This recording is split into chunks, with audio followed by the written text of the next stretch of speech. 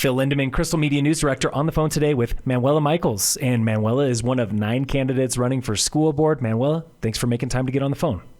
Thank you so much for having me here today. Yeah. Of course. And lots of candidates. We've got lots of interviews, but I wanted to start, before anything else, with a little bit about yourself. Where are you from, and how did you end up in Summit County? I'm from Brazil, and I came to the Summit County in 2011 when I moved from Minneapolis to the Summit County, to Breckenridge, with my family. I had 2 kids at that time, but they were very little, and they started going to school here in Breckenridge. Great. And still 2 kids, or do you got more? No, I have only 2 kids. Yep. And do they still go to school in Breck, or are they are they at the middle school and high school now? They are I have one in middle school and one in elementary school in 4th grade in Upper Blue Elementary. Okay, great. Yep. And what do you do in town? Where do you work?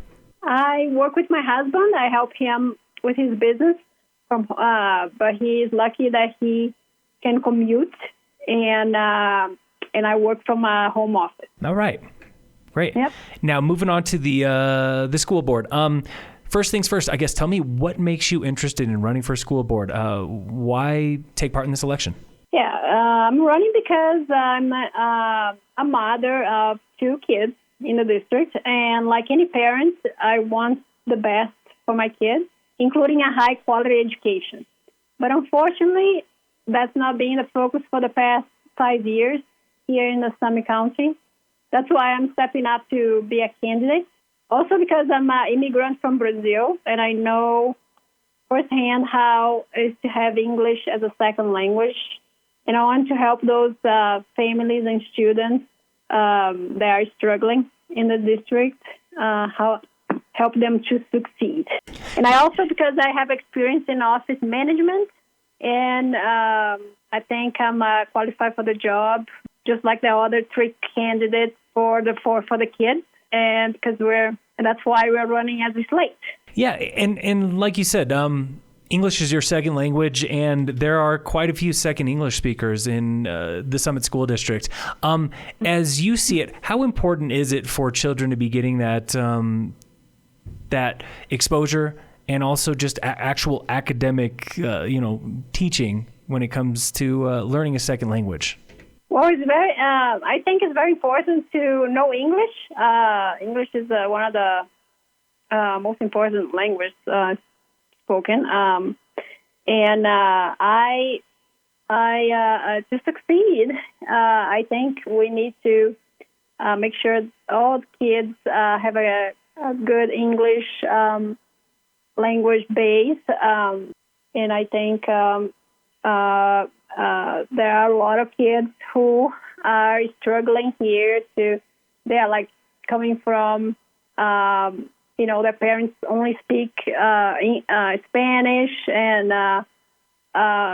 maybe we can work with the parents and the kids, just how to make them succeed in the school district. Yeah, that brings up another good question. Obviously, like you said, it's not just the children, because there's a lot of children these days that, they almost grow up bilingual, and it's a great skill, a great talent. But then the parents, there's sometimes that disconnect between, the district communicates one way and the parents communicate another way. How do you see yourself being able to help the parents, especially the parents that just don't have English as a primary language? Yeah, I can see having more like translators and people support staff that can be bilingual, and that way they can communicate better. Because I think some of those parents feel they're not receiving a lot of communication from the schools, because they are a little bit afraid of finding out what the schools are talking to the teachers and everything. So just make sure they have that resource, available to them. And I think that's important. Okay. You also mentioned, running with the slate, the For the Kids slate. Tell me about that group. Why run as a collection of candidates as opposed to running by yourself? Would you have ran by yourself, or does it help to have a group of 4? Oh, it definitely helps to have a group of 4 because we have economies of scale. First of all, it's and we have the same. We're like-minded. We have the same opinions about the main priorities that we kind of have, and because it helps the voters also and the community to understand that we are in the same page regarding priorities and goals. If we win the election, and plus we are apolitical or non-political. We're not being endorsed by any party or anything like that. We are completely independent. So, talk to me about your top 3 priorities, because I know that For the Kids you have 5 priorities, right? But tell me about your top 3. Which priorities are the most important for you if you were elected?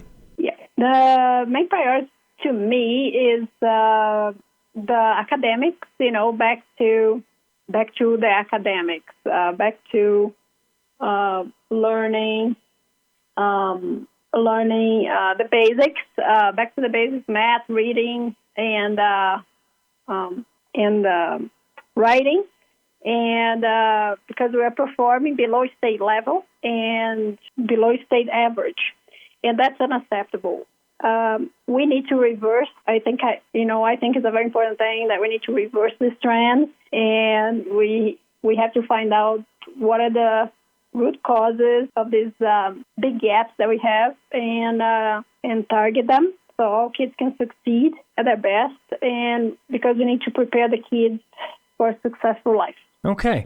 What have you seen with your own children? Do you believe that they're getting the best education they can, or are they suffering?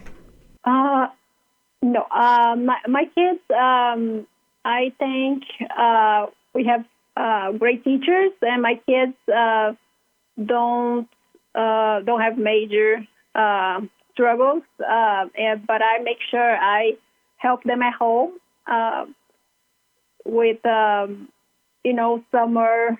In the summer we do activities, and we make sure we review the grades, do exercise, to review the subjects that they learned and that grade. So I think it's a very important thing to have the parents also involved in the success of the kids. It's a big part of the kids' success. Yeah, I think that is definitely, one of the most important things when it comes to getting parents involved. Every candidate that I have talked to said that it makes a world of difference to have parents involved in their child's learning. That there's no other way to make children successful. You can't sit back and let the school district do the whole thing. School district's important, but parents play just as important a role. Oh, yeah. The parents have a big role. Yeah, okay. I agree. Great. Some other priorities, like you said, academics, that is top. What are some other priorities for you if elected? Yeah, the next priority to me is fiscal responsibility, because we have a budget of more than $50 million, and it's coming from all taxpayers, you and me included. We need to make sure to be responsible and transparent to the money being spent in the areas that are being spent. And I think what's happening is not the current board is not spending the budget wisely. What are some examples of that unwise spending? I think, for example, they had to pay off the past superintendent $100,000 so he wouldn't sue the district. And there's a new position called equity director that will pay $85,000 to address inequities. And there's a lot of staff turnovers at this time. There's the problem with the teacher retention and support.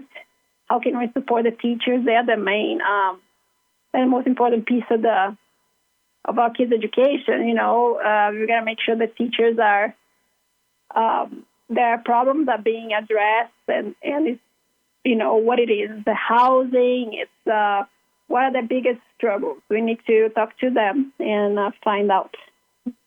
Yeah, that's one other thing that I've heard too, is that sometimes even, cash is not the only thing that will keep teachers around.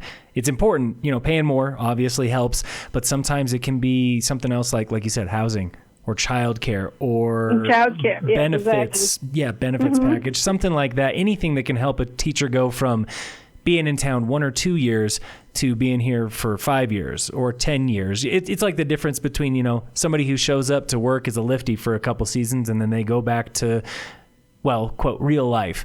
We don't want teachers to show up here, work for 2-3 years, and then go back to, quote, real life and teach somewhere else. We want them to stick around, right? We want them to to stay here. Yep, exactly. Yep. Now, as you have been, a parent in the district for a while, have you seen big teacher turnover, like your own children? Have they had teachers that have had to leave after a while, or they lost a teacher that they were really fond of? Well, we're lucky that Upper Blue Elementary there was very small teacher turnover, but I saw more when they were in daycare. I think the daycare teachers have a bigger turnover than the elementary teachers. So. Okay. Yeah, and I've seen that too. The early childhood care, it is difficult. It's a tough job, and it doesn't pay it pays less than teaching sometimes too. Yes, it's very hard for them to stick around and make it without having a second job and things like that. So very difficult. Mm-hmm. Okay, great. Let's see here. Now, speaking of, turnover, there's been some turnover with superintendents. The district's gone through 3 superintendents in the past 3 years, and now we're on an interim superintendent, Superintendent Crawford. Tell me what you could do as a board member to help find some stability in that superintendent position, because I think that's a big part of, any stable district. Yes. It's very important to have a superintendent that will stick around for a while. I mean, because then they can have, a more understanding of the district and all the problems that we are facing, and sticking around so we can really get into a solution. I think there was a survey done at the summer school that people are looking for a superintendent that's friendly and that wants to focus on academics, which is exactly what we are for. So that's what we found out.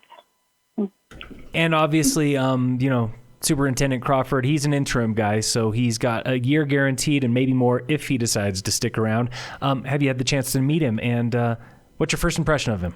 Yes, he's really nice, and he's really looking for addressing many issues that the district has, including like housing and bus drivers, and he's really working hard this year to address as many things as he can, until his term is over next year.